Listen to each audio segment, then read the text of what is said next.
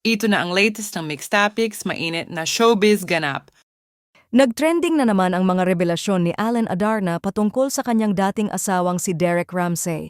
Sinagot nga ni Ellen ang balitang si Derek Ramsey ay isang good provider para sa kanilang anak na si Baby Liana. Ayon kay Ellen, hindi umano totoo ang mga balitang ito.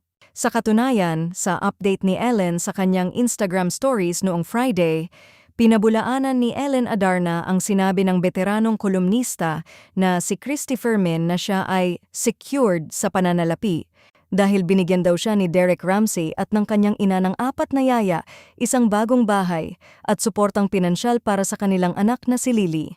Direktang tinugunan ni Ellen ang mga alegasyon na si Derek at ang kanyang ina ay nagbigay ng mga kasambahay sa kanyang bagong tirahan para tumulong sa pag-aalaga sa kanilang anak, kasama ang isang hiwalay na allowance para kay Lily. Ito ang pahayag ni Ellen. What kind of foolishness is this, Christy Fermin? Saad ni Ellen describing the remarks as misleading and unfair, adding that she wanted to set the record straight because truth matters, facts matter. And they did not provide a house for me. I did that myself. Let us not rewrite history.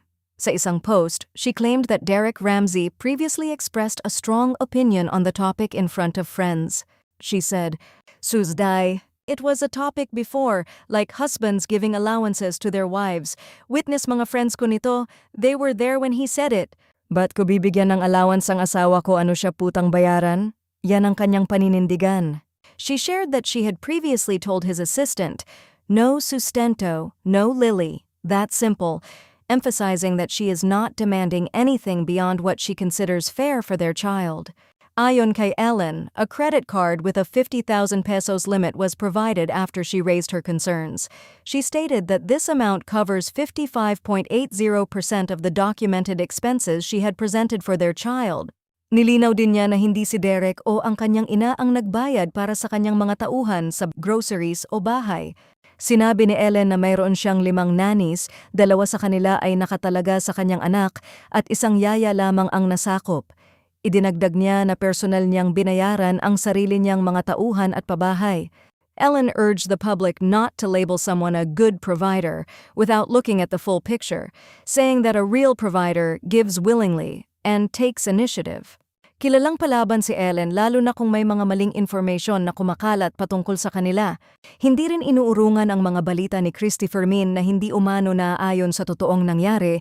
Sinabi rin ni Ellen na pa-good image umano si Derek at best friend sila ni Derek, kaya pinapabango ang kanyang image. Dahil sa mga ganap na ito, hindi tuloy napigilan ikumpara ang sustento ni John Lloyd Cruz sa kanyang anak kay Ellen Adarna na si Elias dahil mukhang malaki umano ang kay Derek. Kung matatandaan ay Ellen praises John Lloyd for being a present father sa kanilang anak na si Elias. Ikinasal sina Ellen at Derek noong 2021, sa tipinanganak si Lily noong 2024.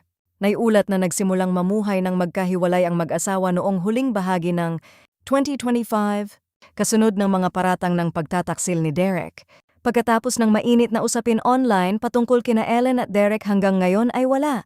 Wala pang pahayag si Derek patungkol sa issue.